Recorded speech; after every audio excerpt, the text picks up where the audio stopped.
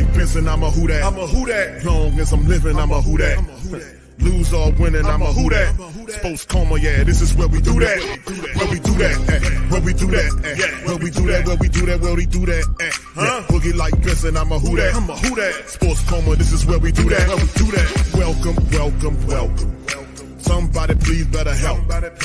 Running this thing like Elf. I thank God every day I'm not a felt. Go to YouTube Live with Big Q and the guys. If you ain't ride or die, the bandwagon get flipped. Been marching in, that was way for the ring. I was yelling out your chain for the championship. Fucking on Tampa, duck down. Falcons, pluck, get shut down. Panthers ain't much touchdown. The vision really belong to us now. So much hate on the Saints, you could probably tell. Ever since Bounty Gate hit the NFL, when things seem fishy and you probably smell the crooked referees or Roger Goodell. Buggy like this and I'm a Who Dat. Every day I'm living, I'm a Who Dat. Lose or winning, I'm a Who Dat. It's the Sports Coma, this is where we do that. Where we do that, where we do that, where we do that, where we do that, where we do that. Boogie like this and I'm a Who Dat. It's the Sports Coma, this is where we do that. You're listening to the Sports Coma with Big Q and the guys on the PRO Media Network.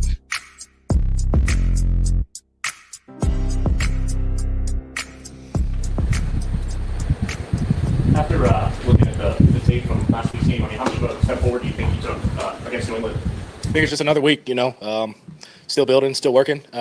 Felt sharp. Need to finish in the red zone as a group better, but it's just another week. You're watching that defense on Monday night with Chicago. The one thing that stood out was the turnovers. Is that kind of the same thing in terms of just like what this defense can do?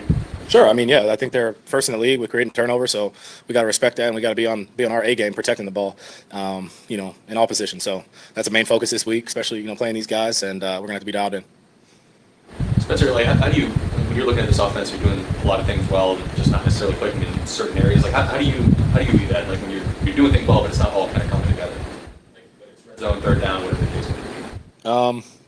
It's a group thing, We know we got to fix it. We know we got to clean up in those areas and make it happen on game day. We get down, we're really good within the 20s, it feels like, and then we get down and kind of stall out, if it's on whatever it is with penalties, you name it. I think back to the game, we had just a couple penalties that we could have possibly scored on, and then a couple missed opportunities in the run and pass game. So we just got to clean it up overall.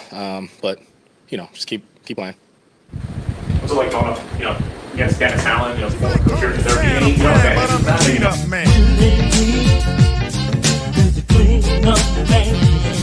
He'll sweep your girlfriend off her feet. The reason I know so much about him is because he's moved up an old girl of mine. Swept her right off her feet and into the jag. Knowing him a little bit better and whatnot, and what do you think of his defense? Yeah, I mean, I was only here a year with him. Obviously he's a great defensive mind, does a lot of different things. Been doing it a long time. He's really smart. I mean, I remember, last year in camp and stuff like that, with having to deal with all those looks. So he's not going to make it easy, that's for sure. It's going to be a challenge. We know he's going to bring it, so we got to be on our A game. Spencer, obviously, if you're going up against Bears, Caleb's going to be on the other side. What did you take from that moment a couple years ago when Caleb in the game and your pass guy diverged from there? Like, was that ultimately part of what got you here to this point? I wouldn't say so. I mean, I think it is what it is. We all have our own paths, and we've got to do our best with our own path. So it is what it is. The past is the past. We're focused on the present and the future. But I would say, yeah, that definitely led me to South Carolina. It was a blessing in disguise. That I got to play with the Gamecocks and develop there, and ready to go to the league after that. I mean, just how to deal with adversity. I think it's not the first time a quarterback has had to go through something, but adversity is the quarterback position. It's what comes with the job, and you've got to deal with it and move on to the next. Do you have like a friendship relationship with Caleb? Cordial, I'll say what's up to him at the game, but I got respect for him. Good player. I'm going to ask you something that's probably impossible to answer, but like, where do you think your pocket feel comes from? Like, it seems like it's like one of your, that's you were born with, like you got out there and that was you, or did you build that? Well, I appreciate that. I think since playing as a kid, being able to run around a little bit, feel the pocket, obviously a lot of years of work and still got a lot of room for improvement, just wanting to feel that time clock in your head. You got to play with the time clock, especially at this level. You don't got much time to get the ball out, so you got to play fast. You got to play with good tempo, have good feet, and try to get the ball out. But just that natural feel, I guess you could say, on top of a lot of reps and just working it throughout drills and practice. When it starts breaking down, like, does your heart rate go up, or you just ice cold, like just? Sometimes you get a little, you want to run around a little bit, make something happen, but you got to stay somewhat controlled. I feel like last year I got a little too frantic in some situations in the pocket, and then that turns to sacks or negative plays. So if you can eliminate those negative plays, which I think we've done this year pretty well within the pocket, and getting the ball back to the line of scrimmage or making something positive out of it, I think that's the key to keeping the chains moving. Is that just the point of development? When maybe something's a route's taking a little longer to develop than you expected, and you have to kind of just buy time inside the pocket. Is that kind of a point of development for you in year two? I think just more reps, more experience, seeing things a little better, feeling a little more comfortable in the game. But yeah, you do have to buy some time at times. I know, as quarterbacks we're taught, be it 10 yards in that pocket so you can step up and let your tackles do the job of washing them by, which I think they've done a great job. But sometimes you might have to get to 11 and then step up just to create a little time. So I think it's all just based off feel and if the pocket's clean or not. All right, shout out to the fam, man. Appreciate y'all being in this episode of the show. Much love to the fam. Much love to everybody, man. We up in this Coma show for Humpday Heat, man. Shout out to you guys. Appreciate you for being in the live. I'm coming at you a little later than what I want, man. My schedule been kind of on that side, but man, a round of applause for all you guys out there. Hit that like button, man. We up in this thing. Big ups. OG. Shout out to OG for being a member for the last 16 months. Shout out to you, OG. Appreciate you. Donations.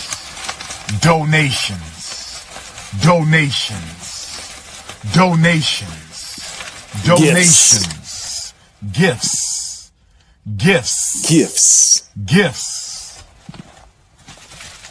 More gifts. That's pretty funny, man. What's up, fam? Appreciate y'all. Saints Full Circle Podcast. What's happening, man? What's up, Mr. Jeffrey? Shout out to you, fam. Shout out to OG. Appreciate you too, my brother. All right, but anyway, what's up with one of you guys for being in the stream? Saints Full Circle Podcast. Says Spencer he says Spencer got it on his mind. We want that revenge. Yeah, I started it off by talking about Spencer Rattler, man, because this is if anything he needs to get fired up for, this is he could pay that guy back, man. So it's different things going on, man. We're in this thing. What's up, Bastion? Shout out to you, man. AK the scientist. What's up, AKA? Big ups to you guys. Appreciate you for being in the live. Do me a service if you guys are listening by way of YouTube or Instagram, or whether you're on X or wherever, hit that like button. If you're on X, give me a retweet, fam. We up in this thing, man. We're going to be doing a look at the Saints, man. We're going to do I know I'm doing my preview show a little earlier because I'm not going to be able to be with you guys on Thursday. I got a lot of busy stuff I got to do, but big ups to all y'all, man. Let's get into this thing, man. Let's get in this on Saints Humpday Heat episode of the Coma, the New Orleans Saints injury report for Wednesday, man. AK-41 was DNP'd Wednesday. So was Isaac Yiadom. Elvin played in the matchup last week. A very, regular performance, nothing spectacular. Chris Olave appeared on the list with a hip issue, limited. Alante with a knee, and John Ridgeway working his way back into the fold. Need John Ridgeway there. He was a healthy scratch last week for the Saints. They could have activated him. Definitely need his production of what he gives in terms of anything that John Ridgeway can give the Saints defensive front, man, from just stop running the damn ball, getting ran on so much, and kind of limiting that would be a positive, if you ask me. But he's on the plus side of things. Also, if you keep looking further down, you'll see the Chicago Bears haven't submitted their list as of yet, man. So that'll be something we'll keep a look at later on. But so far, just five guys on the list, AK obviously the one right there. We'll see how bad that ankle is going into Thursday and Friday as we gear up for game time. against the Chicago Bears. Bears are an away game that we have to particularly look at. So what I want to do in this broadcast, fam, I simply want to be able to go over some stuff here and make the family members aware of keys to victory and scouting reports and 25 keys actually that I was able to kind of work on that I want to be able to deliver to you guys today after we kind of go through the breakdown with the Chicago Bears and kind of look at things, man. And this is going to be interesting. The Bears coming off a win, they feeling pretty good coming against the Saints. And listen, fam, this is the one, and I said it last week, and it goes without saying, we the Saints at 1-5, they need every last one game. This is a panic. I'm hitting the panic button. You damn right, I'm hitting the panic button at 1-5. It's catastrophic land. It's rare history territory. The Saints have to be able to take possession of their season if they're going to do anything. At 1-5, all these guys should be putting in extra work. There shouldn't be any excuses. They should be studying harder, working on their tackling, hitting the weight room, working on their playbook, getting it together.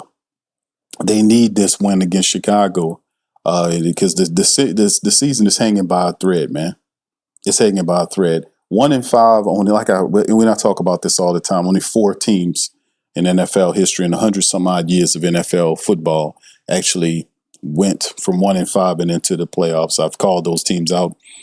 This is your season is hanging by a thread. If you go 1-6, it's completely over. I know they won't be mathematically eliminated, but at this point, man, 1-6 is you have to be hitting every bell and every damn thing that you have in the building. Like this is time. This is urgency time. This is red button time. This is siren time. This is everything that you can think about that you need to do. You need to be punching on right now to get this stuff under control. A 1-game approach, beating the Chi-Town Bears, then gearing up for the Tampa Bay Buccaneer team, and then going forward like that 1 game at a time until you get back into it. Because anything is happening as long as you can get back to playing decent football, man. And 1 game ain't going to cut it against a mistake-prone Giant team. The Saints need to really bring it. So anyway, man, let's get into the breakdown to kind of talk about with the black and gold. Let me kind of share my screen here as we get into it. And this is one of his is a good one right here to kind of break. And we'll talk about the players and who we need to be looking out for, Mr. Caleb Williams and all this. But like I said, this is it. The New Orleans Saints will return to the road Sunday when they play the Bears, who are 2-2 at Soldier Field. The Saints dropped, obviously, a 25-19 game to the Patriots in the Dome. The Bears are coming off a 25-24 win over the Washington Commanders on Monday night. Short week for the Bears. Should help the Saints, but you never can tell. New Orleans do lead the all-time series 18-13 between these teams. Now, the Panthers are 3-3. They play at the New York Jets, who are 0-6. They have an opportunity to be over 500 for in a minute. The Falcons are 3-2. They're at Niners country, who's 4-2 Sunday night. And the Bucks, who are 5-1, are at Detroit on Monday night. So that's some of the stuff that's going on across the NFC South. The Saints need to be really just paying attention to their business in particular and get stuff handled correctly. Now, as we get into these standings, fam, this is the standings for the New Orleans Saints through 6 weeks of football right now. The Saints offense, obviously, is horrific. The defense is allowing 27 points a game. The offense is averaging 18.5 points a game. That's 28th in the NFL. That is not going to cut it. The Saints have to score more points. I don't care how you do it, throwing the ball down the field. I don't care. They have to put up more than a touchdown or so a game. At least do 2 effing touchdowns a game, offensively speaking, and you'll get your field goals. However, but they need to do better than it. This is horrible. 18.5 is stink, is rotten, and it's not going to cut it. 18.5, which is 28th. The opponent is giving is averaging 27 or 26.7 on the Saints. Just ghastly. The Bears at 3-2, 25.2 point. That's 10 a top 10 team in NFL in terms of its scoring average. Its opponents are allowed 28.2 on them. That's 12th. So people can score on the Bears attack. Their opponent's offense can score on the Bears attack. It's 12th. So they're still managed to barely be above 500. They kicked that field goal in Monday night. They kind of really surprised the Washington Commanders and got above 500. But this is a team that has its own struggles as well. Total offense for the both teams, you can see the Saints total offense ranked 24th in NFL, just over 305 yards a game. The Bears at 338.6, which is 14th, middle of the pack. The Saints rushing attack at 19 in the NFL, just almost 110 yards per game. The Bears just a little bit better, almost 111 for 18. The passing offense for the Saints ranked 22nd with 196 yards a game versus the Bears, top 11 in the pros at almost 228 yards per contest. The total defense rank, the Saints are 18th in total defense, giving up 327.3 a game. They're tied 17th in NFL, allowing you to rush at them 140 yards, 14 yards, a game, and allowing you to pass at them at 213.3. So 18th rank, kind of getting a little bit better there. The Bears, you can see the Bears defense led by the Possum, 396 yards. They're giving up 27th in the NFL. They're one of the worst rush stopping defenses in the NFL. They give up over 156 yards per game, almost dead last here. And you can throw on them. I guess they're middle of the pack in terms of the secondary with 213. But you can run on them, right? You can see the punt averages right there. The turnover margin, Saints are still +4 and tied 6th in the NFL, while the Bears, their top statistic, family, is the fact that they get turnovers. They're +8 in the turnover margin and tied for number 1 in the NFL. This team gets turnovers, and that's something you have to watch out for. You can run on them. The special teams is middle of the pack, but they are good at forcing turnovers. That's one thing the Bears have done consistently well.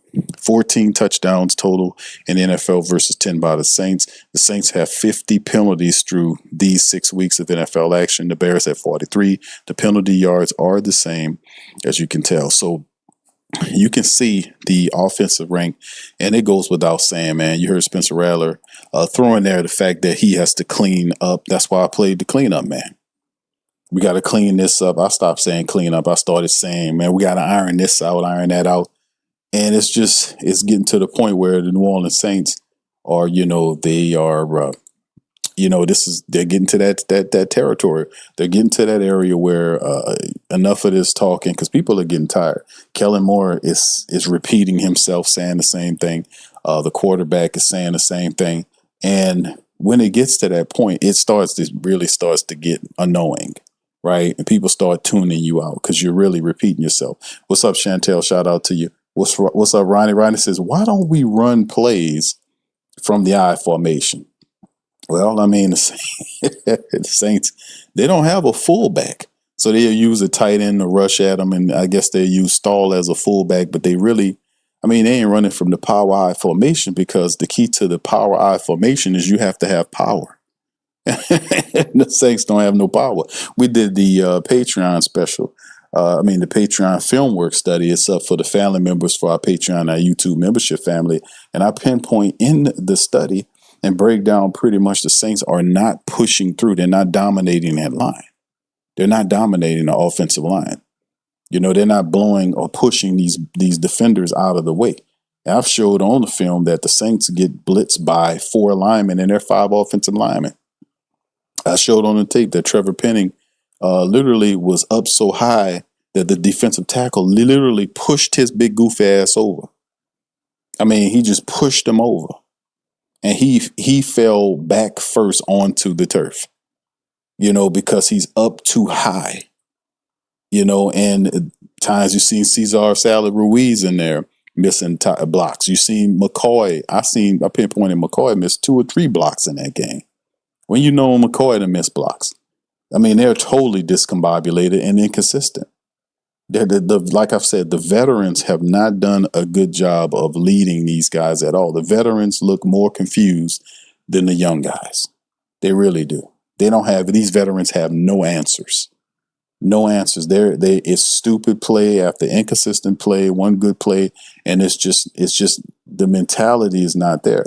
The run the power I formation, you have to dominate. You have to have a mindset to dominate, a will to want to dominate. The Saints don't possess such a mindset currently. They're still trying to figure out the game. They're still believing the bullshit that the national naysayers said about them as a football team. They've believed it. They've swallowed it. They ingested it, and they became what the national people said they was going to be: a fumbling, stumbling, dumb football team that's injury prone that'll eventually end up being one of the top and high pick teams in the upcoming NFL draft next year. They ingested it and believed it. And it's no excuse for 1-5 football when most of your people are healthy. It's just the truth, right? You got to have power to run the power eye, brother. And these people don't, they don't possess that strength, man. That's shameful, man, for me. That's shameful for me to even see that about my football team. But I must tell the truth. I have to keep it real. That's just what it is. What's up, Black Major? Shout out to you, my brother. AK says more run plays from under center, including all three running backs. Please take the pressure off our passing game. Offensive line is not consistently doing much of anything. When they stretch run, the linemen get there late. I've seen plays where the tight end missed blocks. The scrambling play they had with Spencer Rattler off to the left side with Foster Moreau out ahead of him. Foster Moreau literally blew the block that would have sprayed, kind of freed him up for a longer game. He literally went out there trying to block the cornerback and didn't block anybody. Cornerback went right past him and tackled Spencer Rattler while he was scrambling to that side. See what I'm saying? You got to have a will and a brain to be able to understand what's going on. And these guys are confused. They're chicken, whatever. They're just sorry, man. When the game is right in front of them, they don't want the game. They don't want to possess the game. They don't want to grab the game with both hands and take the win away from their opponents. They shrink in the face of the clutchness. This team is not clutch at all. And it shows, like in most of these games, except for that Seattle game, the Saints had an opportunity to win. And they shrinked in the face of the big moments of the game, whether it was drop touchdown passes, blown blocks, whatever the case was, they shrunk. They did not want it. The other team wanted it more. And it's just simply what it is. But anyway, fam, let's kind of get into this, man. Some of the statistics I got on screen right here that show you some of these guys that we'll be dealing with. As you know, Caleb Williams. These are the comparisons between the two. Rattler, you can see 139. That'll be obviously the talking point, the contention. Spencer would say there is none between these two guys. Now, they've had history in terms of college, never met in college and played against each other. But Williams kind of unseated Rattler from where he was and kind of moved him around. And ever since then, he's been in that mode. But Rattler's 139 for 203 for 6 touchdowns and the pick for 1,217 versus Caleb's 1,179, 98 of 159 for 9 touchdowns and 2 interceptions. Caleb Williams leading the Bears to a 3-2 record. You see Kamara's numbers right there, and Swift, the former Lion, 70 carries for 2 touchdowns on 295 yards. Very good running back there. Romeo Odunze, the wide receiver, with 22 catches, 5 touchdowns, 328 yards. Chris Olave's questionable with I think it was the hip he had. Chris has 39 catches and a touchdown, 342 yards for him. He has 39 catches right now doing his thing. Carl Granderson, 4.5 sacks on his season. You see Dexter Sr., the defensive tackle, is 2.5 for his squad. Edmonds is the top tackler. Double D is ours at 51 right here. And this is just a small boil down of some of the things that we see when you're going to look at these teams here. This is a bigger one right here. As you can see, family, from the Bear side of things with Swift and all these. And like I said, as we go down here, you can see Caleb's numbers. We talked about Swift's numbers as well. We know that he's a guy, Swift is a guy that can use his legs. Williams is a guy that can use his legs as well. He's the team's second leading rusher. Matter of fact, he had 28 scrambles for over 100 yards. He averages 4 yards every time he scrambles, and he does have 2 touchdowns scrambling. Now, he does have 2 fumbles at the same time, but the reality is Caleb Williams will take off on you. He will run. Swift, the running back, is a real talented running back too. For them, he's a guy that's a speedster, runs inside and out, averages over 4 yards a carry. As you can see, he is also very good in the receiver game. He's a guy that can also catch. 3rd on the team in receptions, 21 targeted, 15 catches. Every time he catches the ball, he averages over 10 yards a catch, and he does have a touchdown as well. So they use DeAndre Swift in their running attack and their passing attack as well. This is a guy that helps. So the Swift and Williams tandem, they're going to often get ready to see that as well. And they do mix in the wide receivers in the running attack. As you can see, DJ Moore and I ain't gonna even try to pronounce his name, but those guys both, they use them in the running attack and these reverses and these little plays right here. Now, Romeo is their top receiver, 22 catches over 40 targets. The guy has 5 touchdowns. He averaged 15 yards a catch. This is one of the top guys we need to watch out for, because at the end of the day, you're going to have Kool-Aid McKinstry. Crystal Light McKinstry will have to be Kool-Aid McKinstry against Romeo. Romeo will cook you. You will make Crystal Light McKinstry or watered down sugar Kool-Aid, watered down Kool-Aid, or whatever you want to call him.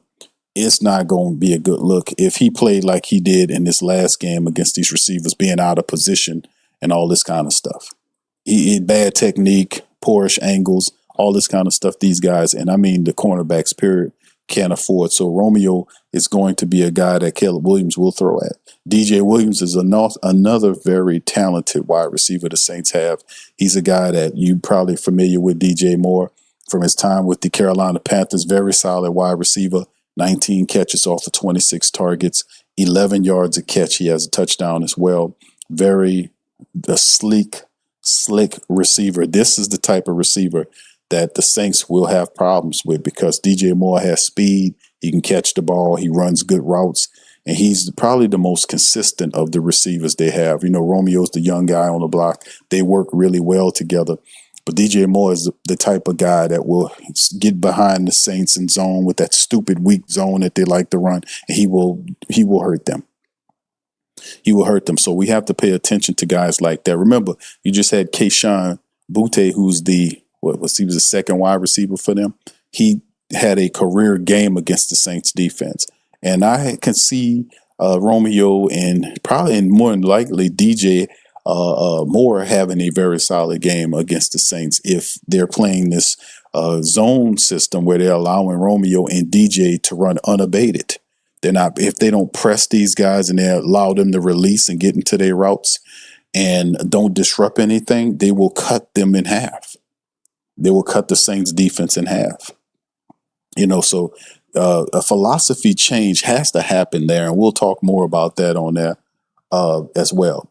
All right, anyway, to keep it going, you see they also have Lester Burden III. He's another talented speedster that they use in different ways as well. 11 catches on 12 targets. He has 150 yards of offense. And notice the top 3 wide receivers for the Chicago Bears are all in the double digits in terms of the reception yardage. So, I mean, in terms of the catch average, Romeo averages almost 15 yards a catch. DJ Moore over 11. DeAndre Swift 10 a game per catch. That's, this is ridiculous. Burden III is 13.6. And Cole Kmet, who's also their starting tight end, he's 8 for 18. He averages, when he does catch the ball, he averages over 14 yards a catch. And Cortland Loveland is also their young tight end. He's getting into the mix too, getting 11. So Cole Kmet, the big tight end, another guy that's there, 14 and a half yards per catch with a touchdown. So you have to be mindful of these people. Now, these guys are not exactly world breakers. Romeo Oduzzi is definitely a talented young receiver. DJ Moore is as solid as they come.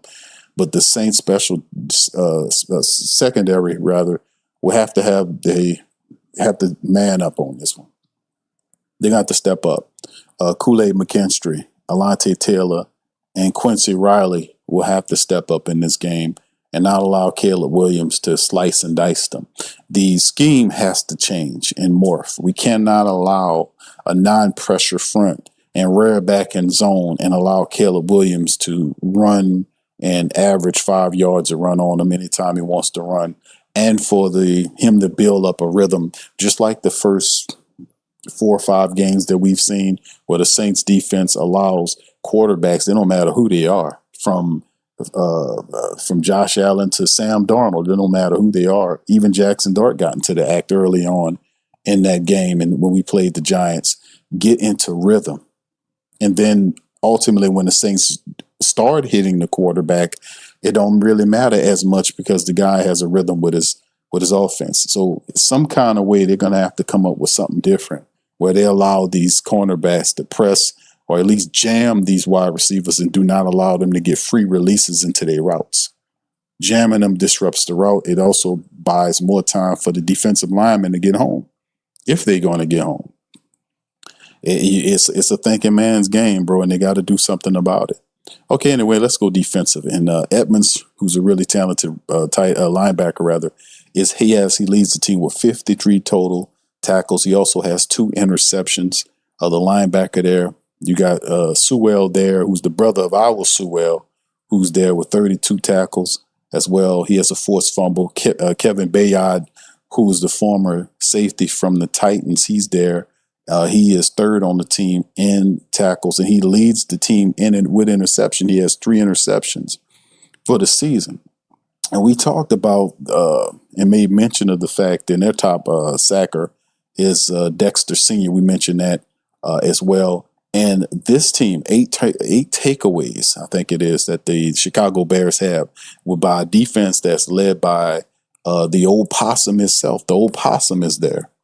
So if the Saints getting a win and beating Spencer Rattler, getting an opportunity to beat Caleb Williams, and the Saints getting able to smash some pie in the face of that possum would be a sweet win, to be honest with you, because that defense, oh man, their defense ain't really hitting. They're getting the turnovers, but the possum keep that up, he gonna be up there with Sean Payton. He eventually gonna end up with Sean Payton anyway. Defense is not all that, but they are getting the turnovers.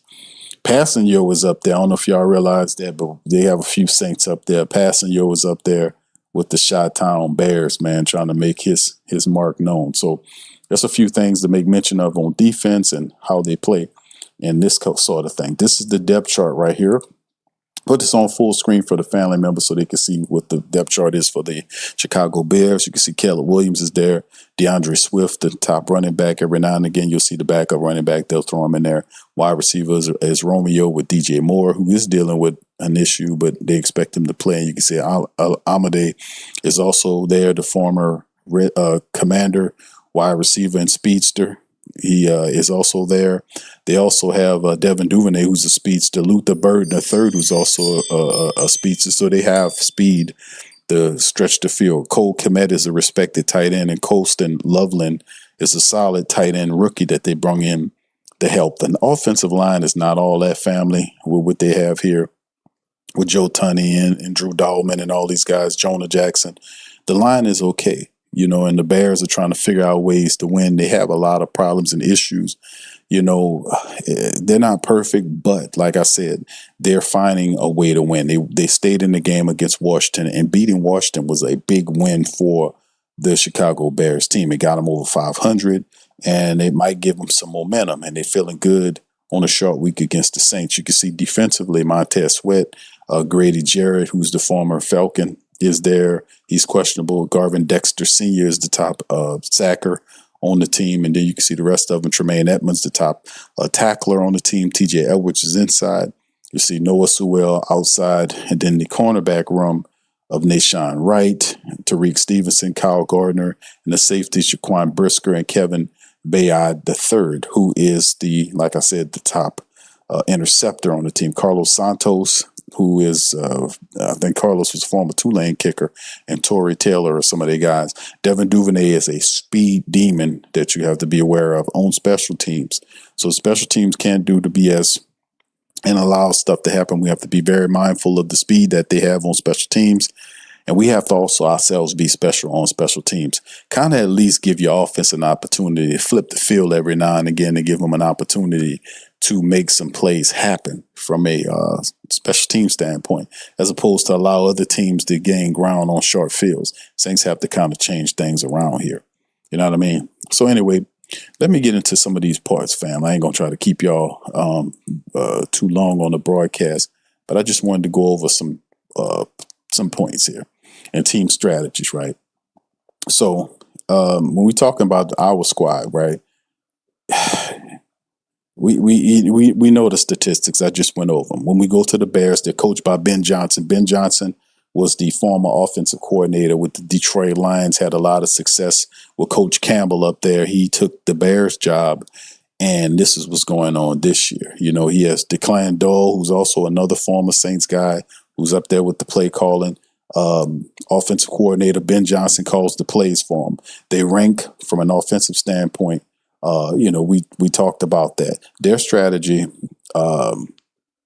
they rank in the top 4 in neutral zone game pass play percentages, play action play percentages. They rank middle of the pack in the no huddle rate, 17th in offensive play volume. They utilize Caleb Williams with a revamped passing attack. They like to try to speed it up, but Caleb is the focal point. He's the fulcrum of the offense, passing and running, using his wheels and his ability to move around the pocket, throwing on the run, this sort of thing. So the Saints will have to do basically what we've been talking about for a while. That means just having on this to be able to contain Caleb and not allow his legs to be an issue for us, right? Which we have not done a really spectacular job of containing anybody and pressuring anybody consistently. So unless something changed from a defensive standpoint and mindset, Caleb Williams is kind of licking his chops looking at the Saints defense, to be honest with you. Now, the defensive coordinator for the Bears is the old possum, Dennis Allen. Y'all know that.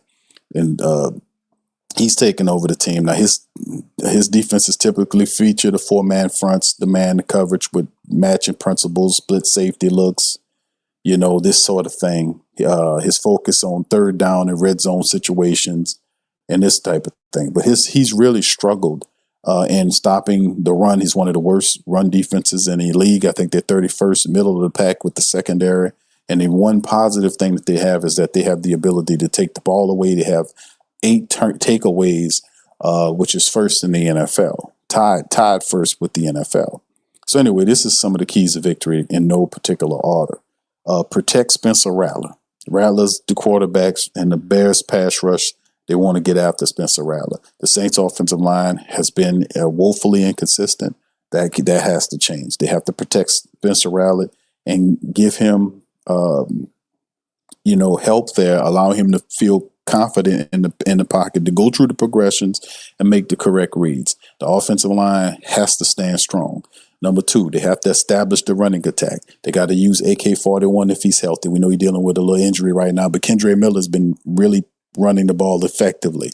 We have to use those 2 running backs in our running game, throw Taysom in there too, and also the legs of Spencer Rattler to control the clock and take pressure off the passing game. The running attack has to be the way the Saints win games, and we get into the play action to get downfield, right? Number 3, they got to contain Caleb Williams. We talked about that, limiting his ability to extend plays, make those accurate throws on the run. Saints pass rush, you need to be able to generate pressure on Caleb Williams. Can't sit back there and let him survey the field. Number 4, they got to cover the Bears receivers. The Bears have talented receivers. We talked about DJ Moore and Romeo Odunze. Luther Birdham III, the Saints secondary, has struggled, needs to improve in coverage to prevent the big plays. We've seen what happened last week with them attacking with the Patriots just attacking the Saints down the field and getting big strikes and blowing the game open and demoralizing the Saints defense and ultimately the team. That has to stop. 5, the Saints have to force turnovers.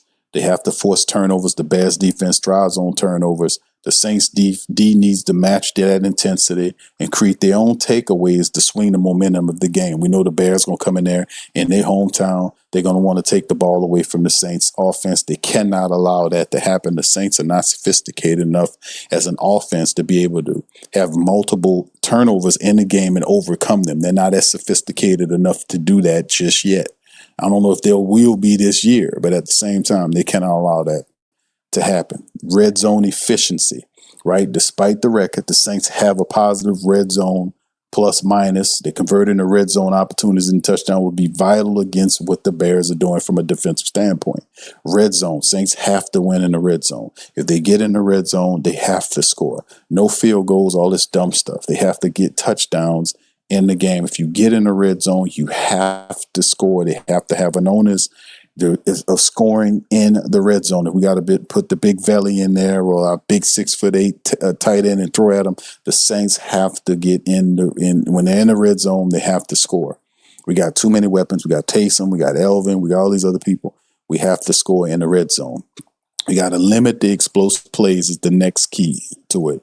Bears offense can create explosive plays both on the ground and through there. The Saints defense must focus on preventing that from happening, which we talked about, limiting these explosive plays by switching up the defensive philosophy. I think Coach Staley really needs to stop doing this dumb defense when he's really not getting pressure on the quarterback. He's dropping all his linebackers into coverage. And when those guys can't contain the scrambling quarterback, he got nothing. He got 5, 10, 15 yards worth of green that he can run and pick up a first down. When you got him pent back there, this guy leaks out and gets the first down. We have to change these schemes up because it's causing really big problems defensively speaking. We got to win the turnover battle. Always a crucial factor in protecting the ball on offense and creating takeaways on defense. Saints have to protect the ball. Spencer only has 1 interception this year, but he needs to throw the damn ball down the field more. He loves intermediate and check down routes. He has to be able to force himself when he sees single high looks. He has to attack them. The offensive play calling has to be more intelligent. When you see single high safety, think about attacking them. If you got a one-on-one matchup on the outside with your wide receivers, you got to give them an opportunity to win, especially if it's Rashid Shaheed, none of these guys, these cornerbacks on the Bears can guard them. The Saints have to figure out ways to be able to attack downfield and stop being so timid about it all the time. So if the guy drop it, we got to keep firing. Look, just like what the Patriots did. They just kept firing at the Saints. You get a pass interference or a touchdown, just keep firing. Let them know that we're going to get downfield by any means necessary. We have to adapt that mentality. We have to break this stuff open. We got to win the turnover battle. I talked about that, protecting the ball and creating takeaways.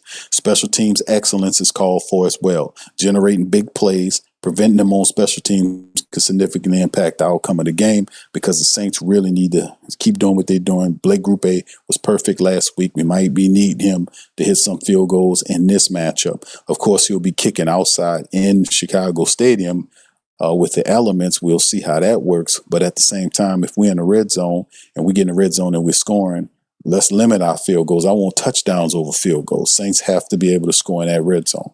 But special teams excellence is needed, especially in coverage, punt coverage, and kickoff coverage. And also maybe we can get our special teams to finally start blocking sometimes so we can be able to use some of our returners, both on the punt and kick side, to be able to at least flip the field for the offense and make it a little easier for the Saints offense not to march all the way back from their 20 or their 15 and have long drives. Maybe we can have some success there. All right. Also, the Saints have to adapt to Allen's defense. The Possum's defense is sometimes complex and adaptable. Saints offense, we need to adjust to the different looks and pressures, which means Spencer Rattler has to pay attention to what's going on in front of him. He has to be able to not only point his hand and tell, hey, you go into motion so we can see if they're in zone or man to man. Outside of that, you have to be able to pay attention to whoever's lining up to blitz at you, and whoever's vacating their guarded areas of the field. If you have a safety that's coming down and he vacates that area of the field, you're going to have to manipulate that and get that ball out there and find a one-on-one matchup and make the defense pay for blitzing you. You don't sit back there and pity pat your feet and throw off the back feet. If you want to be a strong quarterback, a starter in this NFL, you stand tall in that goddamn pocket, you plant and you throw. And if they hit you, then that's a part of the goddamn game. That's a part of the game. You won't be a starter in the league. That's what it takes to win. Standing and looking in the face of the gun and delivering. That's what it's about. We don't have no deers here. They get shot. Deers get shot down here. Win the coaching battle. Kellen Moore and Staley on the Saints side will have to face off against Ben Johnson and the Possum on the other side. Game planning, game adjustments, mess. This is the chess game between the game. Taking advantage of what Dennis Allen give you. If Dennis Allen blitzing you, you make sure you make him pay for that by finding the correct wide receiver that is on one-on-one matchup or in the area where you can throw where that safety's not there. If they're overloading the box, and we talked about this on the Patreon show this week, not running into 8-man fronts, not running into 8-man fronts with a running back, you don't even have a damn fullback. If they have the defensive line loaded on the left side, you alter your game plan to attack them on the opposite side. If they have people on the left and it's blitzers coming through the left and they're overloaded on the left, go to the right side. Don't run at the left. Smart stuff. Be smarter. If you watch the film, it pisses you off because you see the problem with a lot of the Saints calls is they're just stupid. They're just stupid ass calls. Why are you running into an 8-man box? Why are you running to an overloaded left side if the right side is wide open? Why are you doing that? Just stupid calls, man. And then you can see why they losing. These are idiot calls. This offensive coordinator are making. It pisses me off, man. Watching a film like, look at this dumbness.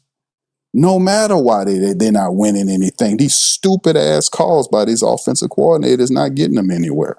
You don't run if you got an 8-man box right there and them people showing like they blitzing, don't run the ball into the teeth like that. Find another way out, even if you got to go to the opposite side of the field or switch out, audible out to get vertical down the field. If they're stacked up like that, there's opportunities all across for your people in one-on-one matchups. You have to locate them and make them pay. That's what I'm talking about. So the Saints have to win the chess match. That means Dumb Dust Nussmeier and Kellen Moore and all his people have to win the chess match against Coach Johnson and the Bears people. They got to win the chess match. They have to outperform and out-scheme this team to beat them. It started up here. Number 12, neutralize the Bears' interior offensive line. The Bears have invested heavily on their offensive line. They spent a lot of money there. The Saints' interior defensive line with Brian Bresee and Nate Shepard will need to be disruptive.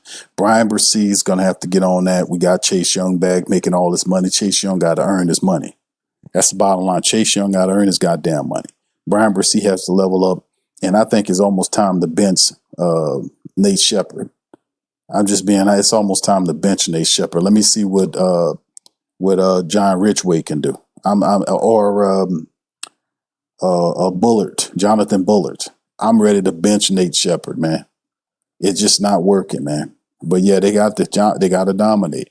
Contain DJ Moore and Romeo, limiting the impact of their wide receivers.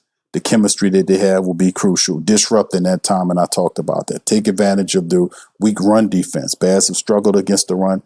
Elvin Kamara, Kendre Miller, Taysom Hill, and even Spencer Rattler needs to all be put into that smartly and taking advantage of running on that Chicago Bears defense. Minimize the penalties. Costly penalties, stifling drives, giving opponents opportunities. Saints need to play disciplined football. Haven't seen that all season long. Minimizing the penalties is key. The Saints have 50 penalties right now as we stand. 50 penalties. Ridiculous. Win the third down battle. That's as not as important as the red zone, but close to. The Saints have to win on third down. They have to stop the Bears on third down, and they have offensively have to win on third down because that impacts the time of possession and scoring opportunities. If we can dominate on third, which means we're controlling the clock. We're running and controlling the clock. We're stealing valuable time and more importantly, reps away from the Chicago Bears, making them throw out pieces of their game plan to keep up. So this is also important. securing this, like making the tackles, preventing yards after catch, not taking poorish angles when you take, and I'm talking right to several Saints defensive players, and particularly missed tackles on the middle linebackers. Demario Davis and Pete Werner are missing too many goddamn tackles to be veterans that's making money. They miss too many tackles. That needs to stop. They need to make these tackles, man. Capitalizing on the Bears' defensive inconsistencies despite the recent turnover success, Bears have shown weakness throughout the team. Saints need to exploit the running attack and be able to throw on these guys and get into the play action. And also, another thing is, too, mental toughness is a part of the game. Saints have to be competitive in close games. Despite the 1-5 record, despite all the boobery and the stupidity, they got to maintain focus and battle for the entire, not 25%, not 50%, not 75%, but the entire goddamn game. Especially in a hostile environment, this will be crucial to them having success. This will build mental toughness for this weak 1-5 team if they keep battling and take the game away from the Chicago Bears. That's important. Mental toughness is big. Strong start. They got to get off to a strong start offensively and defensively. That builds pressure on the adversaries and also confidence for us to take that away from them. We have to get timely sacks. Generating sacks at the key moments can disrupt what the Bears do offensively and force pumps and punts and just disrupt all of the flow and the momentum, take the crowd out of the game. We have to do that. They got to get better at disguising their coverages, confusing Caleb Williams with different defensive looks, blitzing him from different ways, blitzing and containing him, giving him different looks to make him confused and slowing down the time so we can get at him, force turnovers that way. And then the final thing to mention is that we have to control the clock and sustain long drives with the running attack because the Bears suck at stopping the run, and we need to take advantage of that. So clock control, time of possession is huge for the Saints to win this game. So that's some of the stuff that I got for y'all right here, fam. And that's the keys to the game. That's the key. I done gave y'all 24 or 25 of them, man, that we talked about. And one of the things that I'm looking at is the mental toughness is big. Not only just mental toughness to be tough mentally, but also mental and to have intelligence, high IQ football. The Saints are not exhibiting high IQ football. They're not. You watch the film, and we've watched the film. They're not exhibiting high IQ football on blocking, on tackling, and just the fundamental things. What makes it so concerning is the fact that the veteran people have been with the Saints that are usually good tacklers aren't good tacklers anymore. Guys that had a concept of what they were doing from a secondary standpoint is struggling and lost. Guys that were known for catching passes phenomenally, tapping passes up, one-hand grabs, or dropping them now. Guys that were really steady and good at what they did on the offensive line, like our center is missing blocks. It's just unbelievable what we're seeing from the veterans. The Saints veterans right now are so disappointing. But the mental toughness and the overall football intelligence is what's needed for the Saints to secure a victory against the Chicago Bears. They just have to have it and want it more than the Bears. And we have to score more than one effing touchdown a game, if you pardon my French. We have to be able to score more than one touchdown a game to win. We got to put up multiple touchdowns in the goddamn red zone, and we got to throw more than at least a half a dozen times downfield when we see single high sets. We have to take advantage of that, man. We have to stretch out the defenses, and we have to bring the explosives back. The explosives are not going to come by themselves. You have to be able to force a lot of this open and break it open. Attack downfield with your speed demons. Get vertical again. And this is Nussmeier's stupidity is what's causing this is with these dumb calls running into these 8-man box, running into overloaded sides of the field. This foolishness this idiot is doing. It's just amazing, man. This Nussmeier dude, man, is a moron with these play calls. And Kellen Moore is pretty stupid too for doing that. You don't do that. You don't run into these loaded fronts like this when you can attack them downfield out of an audible. That's why audibles were created. And they were created to find a better play than the one that you're about to run. Stupid team, man. Stupid team, losing team. That's a stupid, undisciplined team makes a losing team. So in order to get that back, they have to become smart and do the right thing. It's bottom line. Ain't no ifs, ands, buts about it, man. They got to do better than this trash that we watching. Anyway, man, listen, man. Y'all got any questions, man? Throw them in the chat. I'm right at an hour, man. I'm very proud of myself because, I usually, go, be doing this long crap. And on a Thursday, and I know you guys, I'm at y'all right now. It's just at almost 10 o'clock my time. But any questions, listen, I'll answer whatever you have. Please feel free to throw them in the chat. Like I said, I'm going to try to go through them, your comments and questions right quick and as much as I can. But if questions, throw them in there now.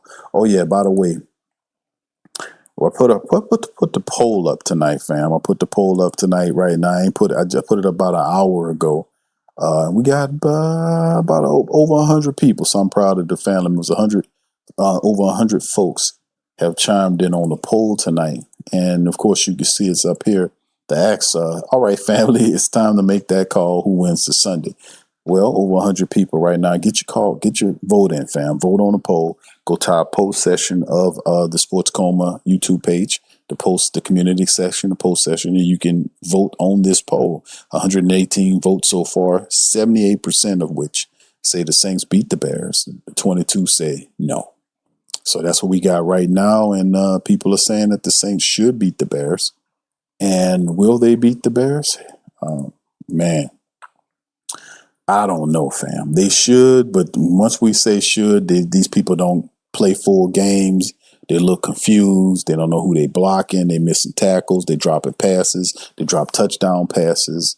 They miss field goals at times. They're just a fumbling, stumbling, dumb team. And until they start really showing consistent intelligence and respect for fundamentals, which they're not doing, then I can't really say that they beat anybody like this. They're too busy beating themselves.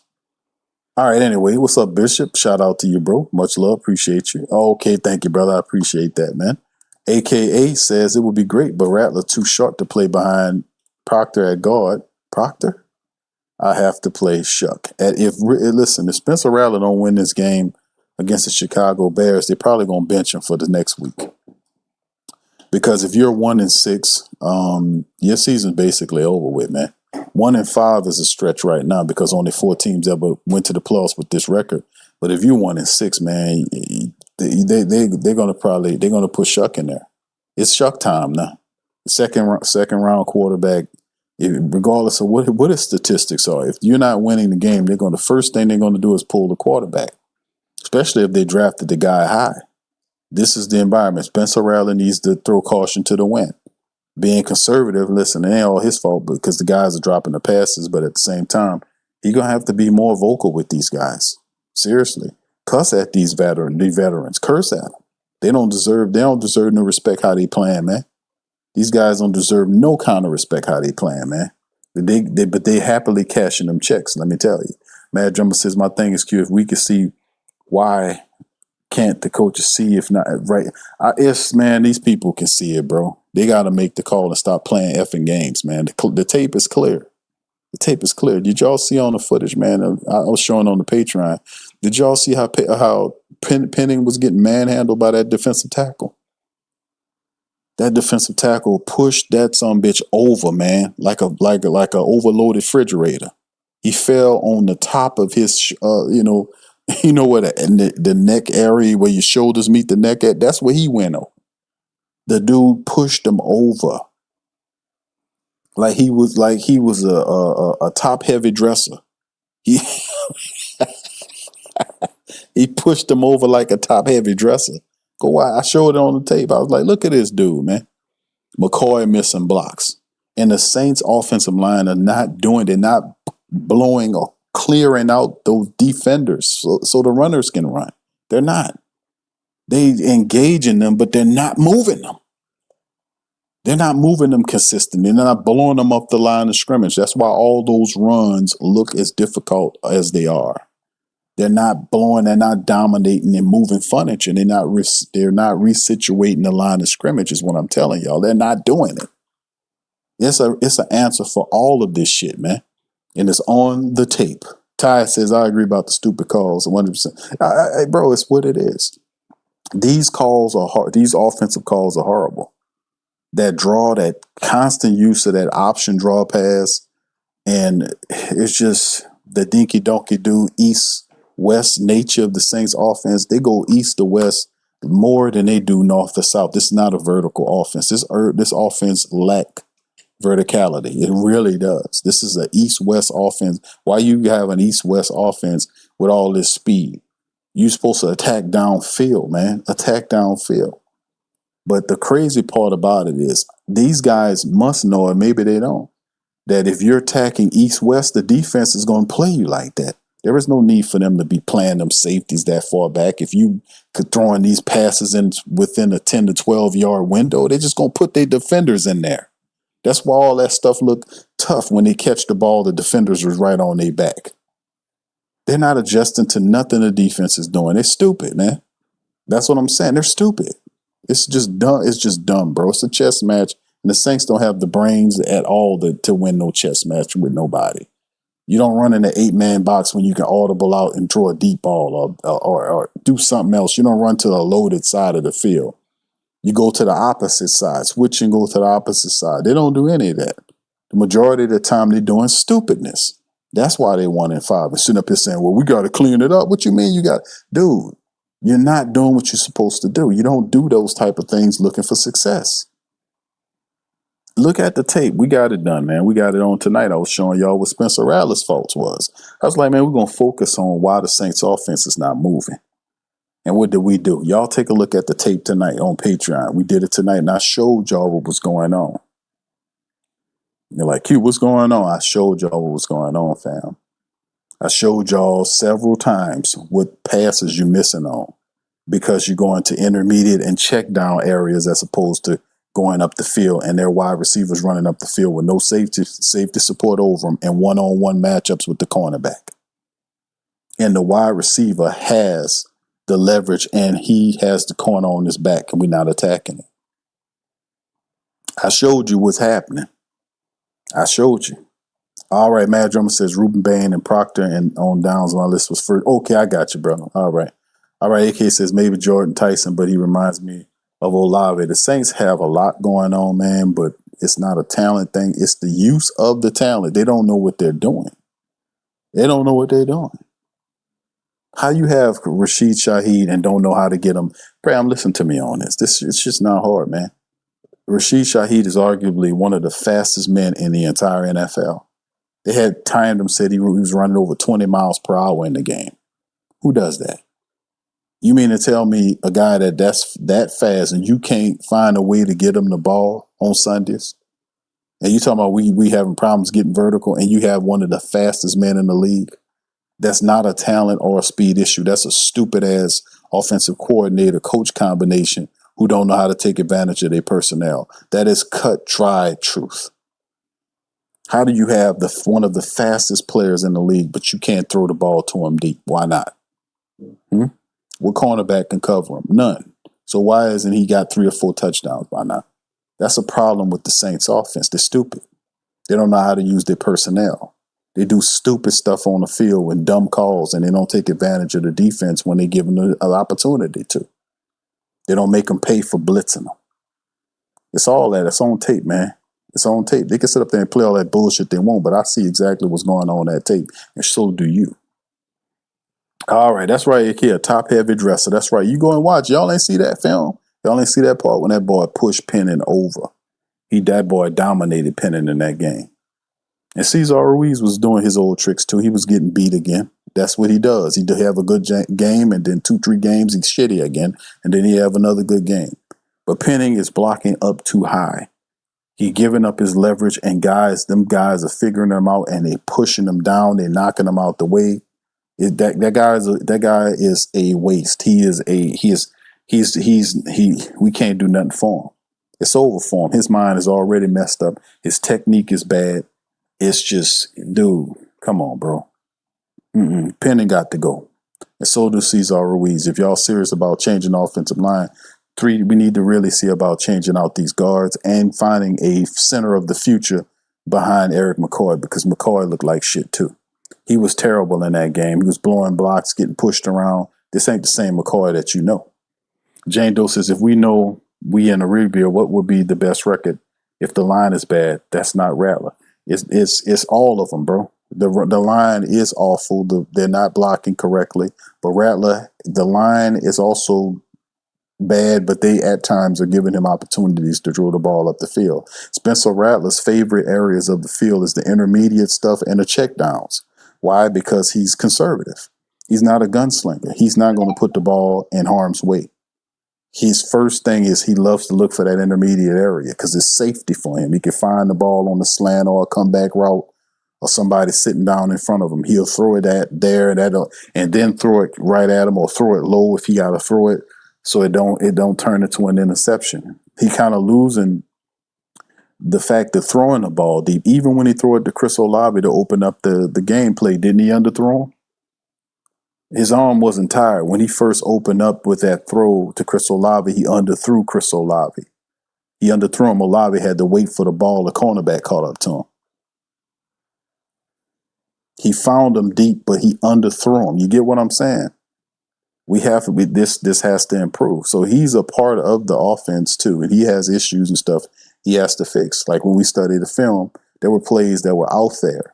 There were plays, one-on-one wide receiver plays that he decided to go intermediate or check down on while they had guys running down the field with one-on-one matchups with no safeties over him. He elected to go intermediate or check down. Now, sometimes it was because he had pressure in his face, but sometimes and also another thing is he's not like reading the blitzing linebackers or blitzing players coming at him. He doing a shitty job of making them pay. Like it's different if you don't see the blitzer, obviously knock you on your ass. But when you can see the guy at the safety come down from the safety level to the linebacker level, and then tip a little further, and you literally watch him do that, and then run around the line at you, and you tiptoe back and throw off your back foot to Chris Olave with the cornerback on his foot, when Jawan Johnson cycling in the area that the safety vacated. All he had to do was plant his foot in the ground and throw that ball in that area because Jawan Johnson had the linebacker on his back. All he had to do was throw it in that area, and Jawan Johnson would have caught that ball in the area the safety vacated and would have been inside the 5-yard line close to the touchdown. That's on the tape. But see, the crazy part is, even though you're not giving them the interceptions and you're not turning over, but you also are not giving them the wins. See? So you think being benched, it won't. They already committed to a second round pick to a quarterback to you, and they 1-5. They go 1-6. They're gonna sit your ass down, man. You need to throw caution to the wind. And the hell what they say about him, you got to move the ball. You got to be responsible and explosive. And let me tell y'all another thing. That Tyler Shuck dude, he don't have no problem throwing that ball out there. He'll give you an opportunity. He like Jameis Winston sort of in terms of throwing the ball out there. He'll throw that damn ball downfield to give them wide receivers an opportunity to catch it, the Rashid Shaheeds and all those. I go back to the Rashid Shaheed thing. Rashid Shaheed's one of the fastest wide receivers in the NFL, and the Saints can't get him. He should have like 3 touchdowns by now, at least 3. You can't get the ball downfield to Rashid. Who could cover him? Nobody. And they're not having the safeties over him all the time. On the film, there's one-on-one matchups with cornerbacks with no safety support. But even if they rotate a safety over there, he'll blow the top off if you just put the ball out to him. So like I said, man, at the end of the day, it simply is what it is, man. You know, they all have an issue and a problem. You know, it's a lot. Like I said before, when a team is 1-5, it's not one thing going on. It's a bunch of things going on wrong, and it ain't just going on offensively. It's defensively and special teams. It's everywhere. 1-5 mean you have a disaster going on in multiple rooms. Really. Mad Drummer says, Q, like I said, Proctor put him inside or Banks. Yeah, we need some help there, fam. Maul says, Q, ignore your rules and go for 3 more hours. No, bro, I can't do it today. Maybe another day, my brother. But thank you. Reese says, we got to talk about giving up 8 third and longs. Yes, indeed, bro. No, you're right, bro. You know, you're absolutely right on that. The Saints, like I said, and I'll go back to my previous statement, what I just said, is that when you're 1-5, it's not just one thing happening or 2 things, 3. It's a multitude of different things across the team that is going wrong. Guys ain't studying. Guys ain't committing to their fundamentals. Guys missing tackles. They need to be hitting the dummy. They need to be on the jug machine. They need to be in the fumble drills. See, there are drills that they run in training camp that's supposed to stop the drop passes, the fumbles, the bad blocking. All of this is stuff that you're supposed to pick up. You practice in training camp, and this is what you go back to when you're struggling. The Saints ain't doing none of that because they keep going through the same stuff week after week, which shows they're not committed to fixing it because they're not focusing on fixing it, or either they don't know what to fix. You know, so like I said, Kellen Moore needs to stop being cool with these people, dog, because it ain't getting you nowhere. I mean, you don't have to point your finger at them and be rough like I am, but at the same time, you need to start benching people, dog. You need to start benching these bum-ass players, man. They don't know how to block. That ain't consistent. That's dropping passes. That's missing tackles. It's time for these guys to go and give chances to other guys who really want to be here, that know how to catch and that's willing to block and learn and win. That's when it comes down to. And you can smile all day if you want. You can put them big ass Mr. Ed teeth out there, everything. You can smile and all that. But at the same time, man, you got to start benching these guys, bro, because it's not catching up. Yeah, all of them responsible. Ain't nobody innocent in this. 1-5, nobody's innocent, bro. That's why I was saying I put the offense under the microscope on Patreon the last 2 shows, because I really want to let me put them under the microscope and see exactly what's going on here, and that's what I discovered. You can see they consistently are not a good blocking team. They do not move the line of scrimmage from an offensive standpoint. Defensively, they do not hold up the line of scrimmage either. Both lines are creaky. They leaky. They're not smart. They're weak. They get pushed around, both lines. You can't win in the league if you don't have a strong line. You can't. You know, so it's many different things, bro. But I gave y'all guys 25 reasons tonight of what, of keys to victory for the Saints. If you miss it, you can go back and listen to it, man. We went through the breakdown. So anyway, with that being said, man, listen, I appreciate y'all for being in the stream. Please feel free to hit the like button, hit the subscribe button, and by all means, feel free to share the show on your social media feed. We up in this thing. I shall see if I can come back on Thursday. If not, then I'll be back on Friday to kind of go at you guys again with some more Saints stuff, man. But listen, for my Patreon and YouTube membership family, y'all check out the stream. Is up. The latest film study, film work is up for you guys. Thank y'all for being patient. I couldn't release it yesterday. I had all type of computer issues, but I promise that I have it for you today, and it is up and ready to go, baby. You can watch it after this. So anyway, with that being said, I'm going to get out on that. Listen, fam, I appreciate y'all. Y'all have a beautiful day tomorrow, safe day tomorrow, and we'll talk again. Much love. Who Dat? Peace. Yeah. Boogie like Vincent, I'm a who dat. I'm a who dat. Long as I'm living, I'm a who dat. Lose or winning, I'm a who dat. Sports Coma, yeah, this is where we do that. Where we do that, where we do that, where we do that, where we do that, where we do that, Boogie like Vincent, I'm a who dat. I'm a who dat. Sports Coma, this is where we do that. Where we do that. Welcome, welcome, welcome. Somebody please better help. Running this thing like elf. Thank God every day I'm not a felt. Go to YouTube live with Big Q and the guys. If you ain't ride or die, the bandwagon get flipped. Been marching in, that was way for the ring. I was yelling out your shame for the championship. Bucking on town, duck down. Falcons, pluck, get shut down. Panthers ain't much touchdown. The vision really belong to us now. So much hate on the Saints, you could probably tell. Ever since Bounty Gate hit the NFL, when things seem fishy, then you probably smell the crooked referees or Roger Goodell. Yeah, running like this, and I'm a who dat. Every day I'm living, I'm a who dat. Lose or winning, I'm a who dat. It's the Sports Coma, this is where we do that. Where we do that, where we do that, where we do that, where we do that, where we do that. Boogie like this, and I'm a who dat. It's the Sports Coma, this is where we do that. You're listening to the Coma Yeah. with Big Q and the guys on the All right. PRO Media Let's go. Network.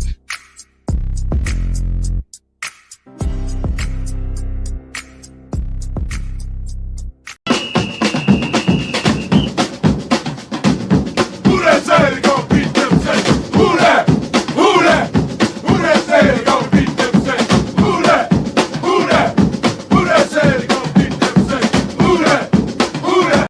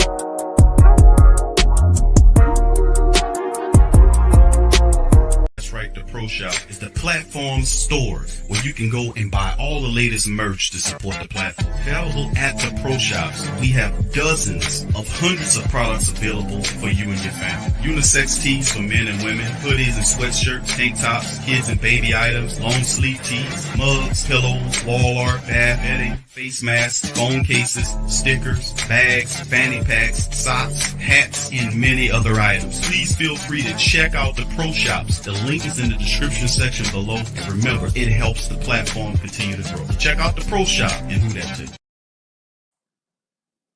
The Who Dat, that's right, the Pro Shop is the platform store where you can go and buy all the latest merch to support the platform. Available at the Pro Shops, we have dozens of hundreds of products available.